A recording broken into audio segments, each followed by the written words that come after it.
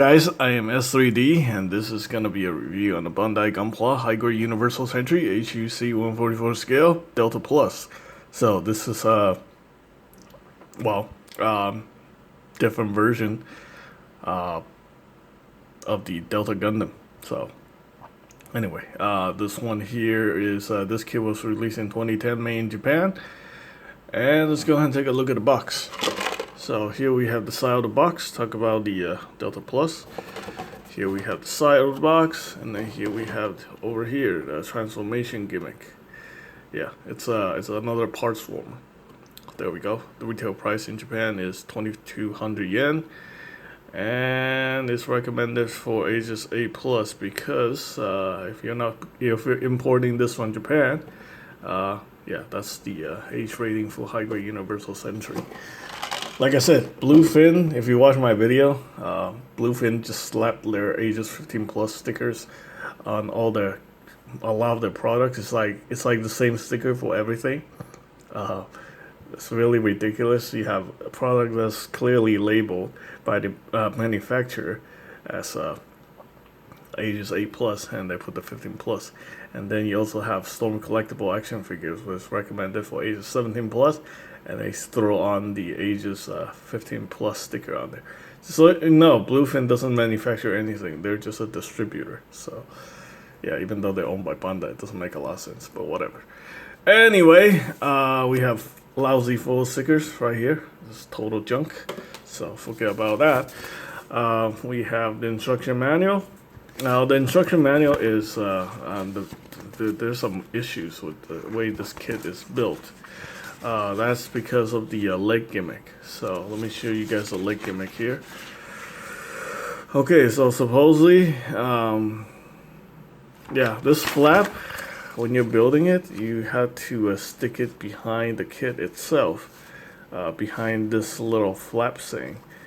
But then when you're gonna transform it, you have to take it out. It's quite the mess. I mean, I'll be honest with you. Like, I think that aspect of the kit is a deal breaker right here. So you can see this thing actually has to go behind the leg right here in the mobile sumo. But when you're gonna transform it into the Waverider mode, you have to pry this part out behind this piece and then stick it out here.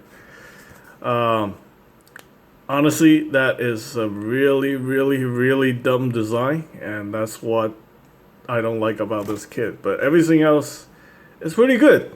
So anyway, I'm not gonna give you a rating on these kits because my ratings are subjective to myself anyway. So I mean, if you like what you see, then by all means go buy it. If this is a problem, if you think like that design is so stupid that you don't want to buy this kit anymore, I can understand. So there we go. Here we have the Waverider mode. It's actually pretty solid. Feels good. It looks good. I think it's yeah, it's nice. To be honestly, I prefer the Delta Plus in the Waverider mode, not in the mobile suit mode. Yeah, I don't know if they're ever gonna make a Metal Robot Damashi version of the Delta Plus, but if I have the money, I will buy both the Delta and the Zeta Plus. If they make a Metal Robot Damashi, and hopefully it doesn't have that stupid problem where you have to do something about the flap.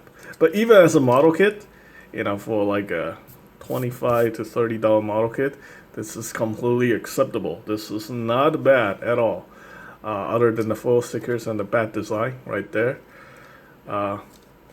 It's pretty okay. So, I mean, it's exactly what you would expect from buying a high-grade Universal Sentry Gunpla. You know, the price ratio, the price point, you know, the way everything is designed. Yeah, it's this is what you would expect from, you know, your typical high-grade Gunpla. Yeah, from the 2010s, of course. It's an older kit, so by the time you're watching this video, this kit is 10 years old. So in 2010, 2020. Wow, I'm like time traveling while I'm recording this video. So here we are. We have the beam rifle, just like the one, very similar to the one from the Zeta Plus. You only have one beam saber this time. You have extra beam saber hilt. extra beam saber effect. I'm sick, so I'm like recording this and my brain isn't functioning. Here we have the beam saber heal and the beam saber effect. All these are parts for the transformation. We got an extra gripping hand right here. Got this adapter here for the shield. So let's go ahead and I'm not really going to go over articulation too much on this kit because, you know, transformable or parts formable kits are, you know, exactly what they are. Like the articulation is mostly based for the parts forming, transforming gimmick. So let's go ahead and remove these right here. These parts former kits are all very similar in design. Bandai just designed them this way. So yeah, if you have experience with one, you probably can figure out how to do this without any major issues. Alright, so we have that. This piece right up here is a full sticker. It's not good, but just like any kit that uses foil stickers, that's exactly what you would expect.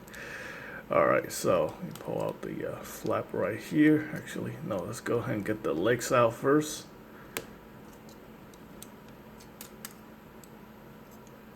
Yeah, let's go ahead and pull these out first. You're gonna have to take this piece off.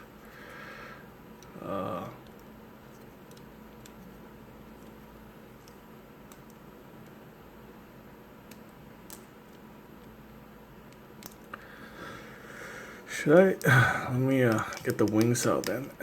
There we go, like that. You flip this right there, like that. Flip this out. Alright, let's go ahead and pop these arms off then.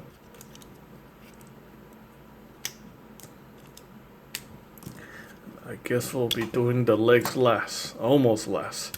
The last piece is this back skirt right here. So very careful, pry that off like that. Gonna leave this whole thing like that. Like I said, parts former, so we're gonna parts form the shield. Alright, so the shield is like this. And this piece goes in right there, like that. So here we have the shield. Yeah, I think these are grenades. It looks pretty cool, no markings at all. Alright, we're not going to use this. This is leftover for the parts forming gimmick. Now you have to transform the feet. Yeah, you got to take this whole thing off. Carefully, you don't want to snap anything. These are brittle plastic. So this is a transforming part. You actually don't use this. You take this, you stick it right there, you flip that around. So here is the problem, okay? Like in the Waverider mode, you have this thing sticking outside, but on the mobile suit mode, you have this thing supposed to go inside. And I think I'm gonna do it this way, like that. See if it works. You gotta use this tab into the polycap. The Waverider mode uses tab right here when it's on the outside. On the inside, you have to use this tab right here to go into the polycap. So that is, yeah. This is a stupid design, like that. And it's gonna be a pain in the butt when you're trying to take this thing out to do the Waverider mode, because it's gonna interfere with this part all the time. So buyers beware. Other than that, that is like the only bullshit issue. Like, it's one of the dumbest design I ever seen in Gunpla. And I built like over 500, this is 570 at this point. It's 570 model kit that I built, not 570 Gunpla. I built a lot of Gunpla. I would say close to like, I think over 500 Gunpla kits. So there we go. Yeah, you can see the waist proportion on this is like, you know, it looks like a block. I wish it was more, you know, stylized. I wish he had like a skinnier waist, but I think this is okay. I mean, it's a robot, who cares? Alright, so we have that. Alright, what the hell am I doing? Let's focus before I get like super old man confused. Alright, go ahead and pull this piece out right there. Take the tap. Oh, this design, man. This is irritating. Okay, and then you plug that piece in here like that.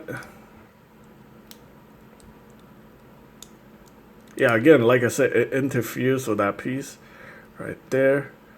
It's super annoying. And it's just overall a very, very dumb design. Alright, so where's the knee section? So apparently a lot of people have commented that they built this kit wrong because, you know, the legs are very weird and confusing. Yeah, it definitely confuses the hell out of me. There we go. We got that. We got this. And yeah, this is just a very, very, very dumb design.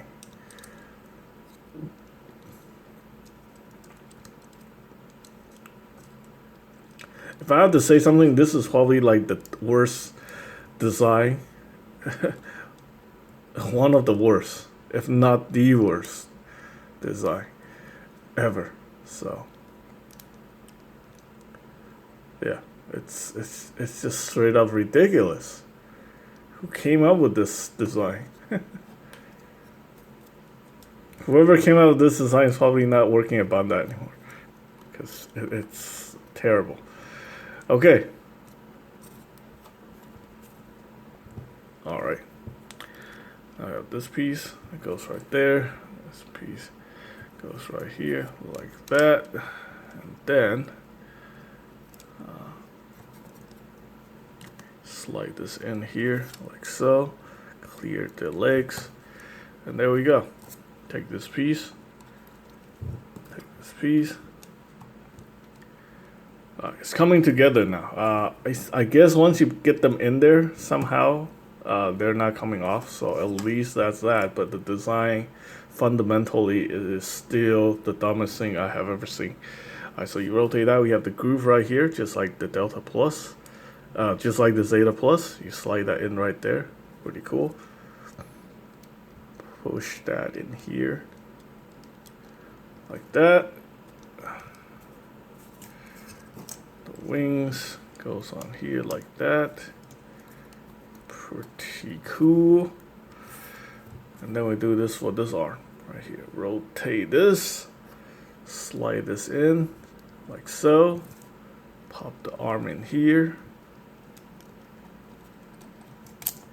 Very nice.